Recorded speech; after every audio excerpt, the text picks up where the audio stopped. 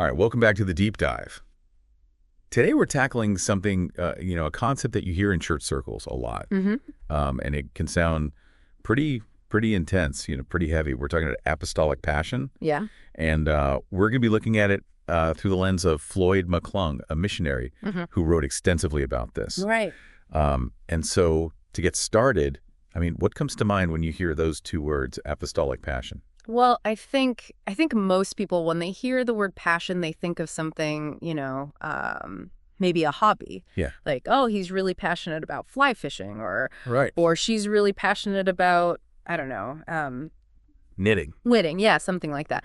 But McClung takes it a bit deeper. Yeah. He defines passion as what you're willing to suffer for, Okay. what you're willing to give your life to. And an apostle, of course, is a sent one, Yeah. a messenger. So apostolic passion, then put those two together, is this deep, burning desire to see Jesus worshipped by every nation, no matter the cost. Okay, so a willingness to suffer for the sake of seeing Jesus worshipped by all the nations. Yeah.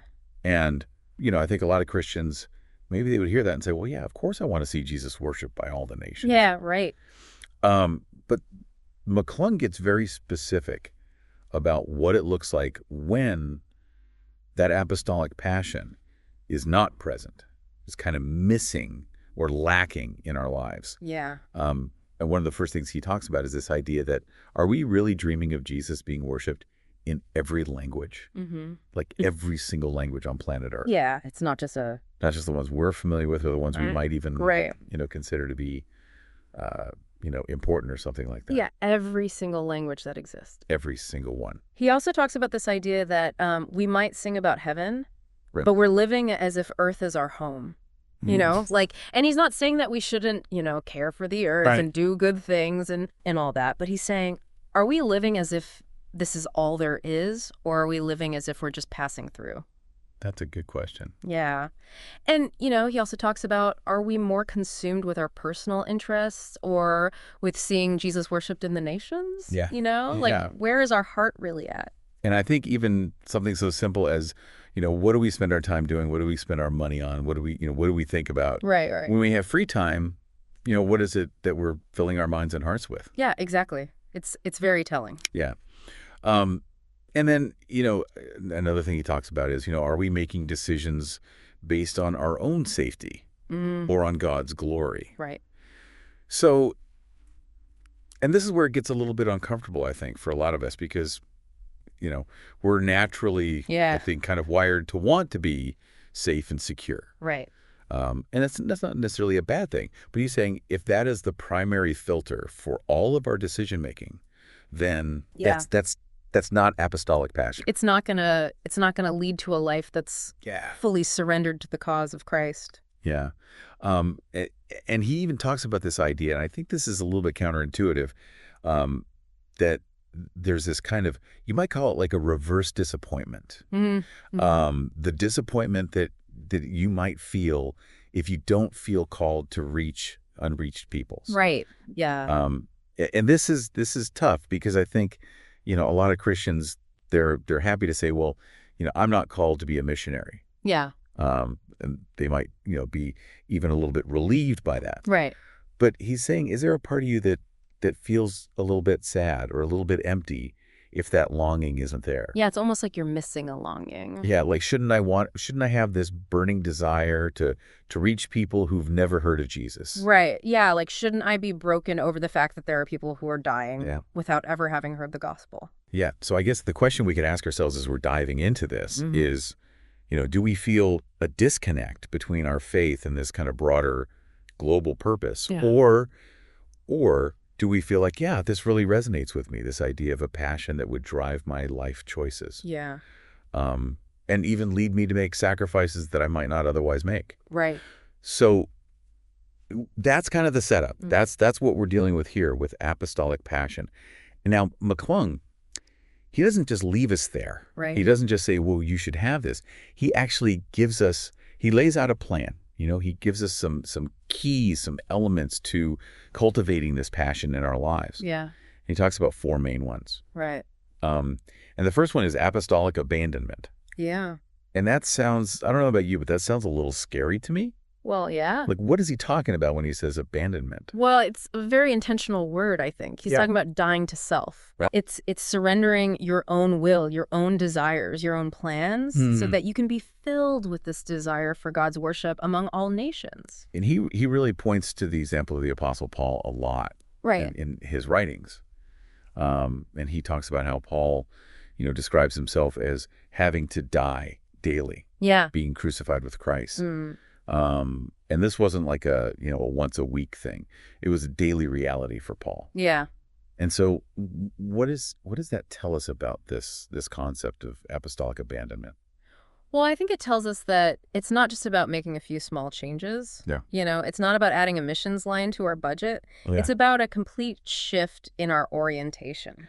Yeah, it's a change of heart, really. Yeah. It's a change of what we value, what we prioritize. Exactly. And McClung even gives this challenge, this prayer that he encourages us to pray. And honestly, it's a little bit scary.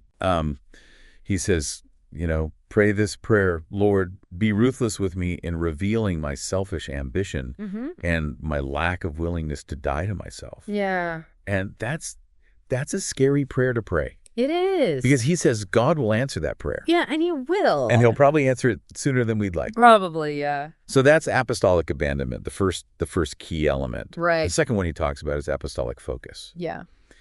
And so what does that mean? Like, what are we focusing on when we have apostolic focus? We're focusing on the church's core mission, Okay. which is, to reach all nations. Yeah. And he makes this point that it's easy to get distracted by a lot of good things. Right. We can get involved in local outreach, social justice initiatives, community service, all sorts of things that are good and valuable. But he's saying if they're not ultimately contributing to reaching those who haven't heard the gospel, then we might be spreading ourselves too thin. Yeah. We might be losing sight of the main thing. Yeah. So it's not that those other things are bad. It's that are they helping us fulfill the Great Commission? Yeah. Are they helping us reach the nations? And specifically, he talks about church planting. Yeah, he does. As being kind of the vehicle, the means by which we do this. And I think, some people, they might hear that and think, well, church planting, that's for missionaries. Right. That's not for me. Yeah. But he really emphasizes that, church planting is not just for a select few. Yeah. It's actually God's desire to have a people for himself in every place. Right. And it should be, he says, it should be almost crazy to us. Yeah. That people think they need a special calling to share their faith. Yeah. To make disciples, to plant churches. Yeah. Shouldn't that just be the natural overflow of a heart that's been transformed by the gospel? Exactly. So that's apostolic focus. The third element he talks about is apostolic praying. Right.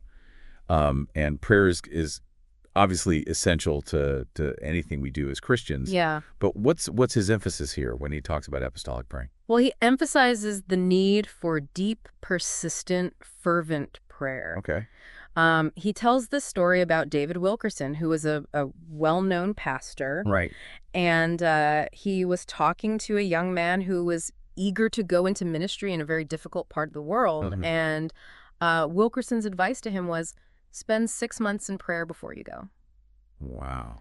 And, the young man was like, really? 6 months? Yeah. And Wilkerson said, yeah, because if you go in unarmed, you're going to get slaughtered. Yeah. That's a powerful image. Yeah. Yeah. And so it's not just about, saying a quick prayer before meals or even, having a short devotional time every day. Yeah. It's about a sustained, intentional engagement with God. Right.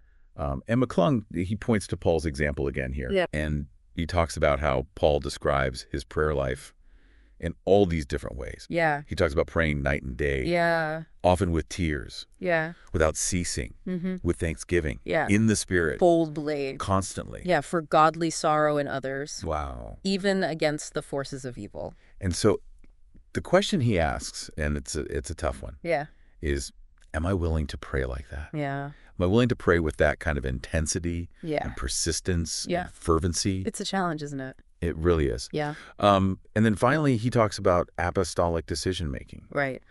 And so how does this differ from just, making any other decision in our lives? Well, apostolic decision-making is driven by this vision of God's glory being revealed among all nations. Okay. So it's about filtering our choices, big and small, Yeah. through this question. How does this decision contribute to advancing God's glory in the nations? Yeah. Rather than, just focusing on our own comfort, Right. our own safety, our own ambition. Yeah. And he actually critiques this idea of waiting on God. Okay. He says, a lot of times people use that as an excuse to stay in their comfort zone, Right. to not really step out in faith. Yeah, it's kind of a passive, well, Yeah. God, Yeah. you tell me when and if and how. Yeah, and I'll just kind of sit here and wait. Yeah. Yeah. And so he uses the example of Paul, again here, Yeah. Paul's journey to Jerusalem, Yeah. where he's repeatedly warned, Yeah. even by his friends, Yeah. not to go. Right. And yet he goes anyway. Yeah. And what was his reasoning for that? Well, he said, I have a revelation of a greater priority, a Mhm. greater motivation, Yeah. the glory of God. So it wasn't about his own safety. No. It wasn't about his own comfort. No. It was about seeing God glorified, Yeah. even if it meant suffering. Even if it meant hardship. Even if it meant death. Right. And so the question McClung poses is, what if your decisions were primarily filtered through that desire? Mm-hmm. That desire to see God's glory spread among all the nations. Yeah. And I mean, that's a tough question to wrestle with. It is. But I think it's one that we need to wrestle with. Yeah. And so McClung kind of ends by describing what it looks like. What are the characteristics of someone who really embodies this apostolic passion? Right. And so what are some of those things that he highlights? Well, he talks about someone who is no longer ruled by the values of the world. What? They're not seduced by the pursuit of wealth or comfort. Yeah. They're devoted to spreading God's glory. Mm-hmm. They live as pilgrims on this earth, Okay. detached from earthly attachments, Yeah. unafraid of loss or suffering. Mm. They find their satisfaction in God and Yeah. in their participation in his global plan. And ultimately their greatest anticipation is to see Jesus receive the worship of all those he's redeemed. Yeah, that's the ultimate goal. Yeah. To see him glorified by people from every tribe and tongue and nation. Yeah. And that's the vision that drives them. Yeah. And he ends with this really powerful statement. Right. He says, if you have apostolic passion, Yeah. you are one of the most dangerous people on the planet. Yeah, it's kind of a scary thought, isn't it? It is.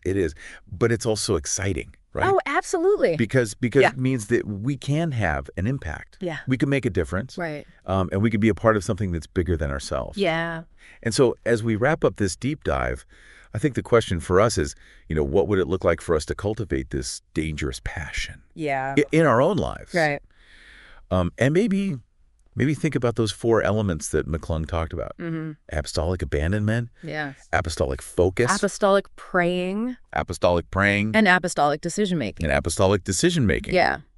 Which of those areas maybe do we need to focus on? Where do we need to grow? Yeah. Where do we need to step out in faith? Yeah, where do we need to surrender? Yeah, where do we need to die to ourselves? Yeah. It's a lifelong journey, isn't it? It is. But it's a worthwhile one. It really is. All right, well, thanks for joining us on this deep dive into apostolic passion. Yeah. Thanks for having me. And we'll see you next time.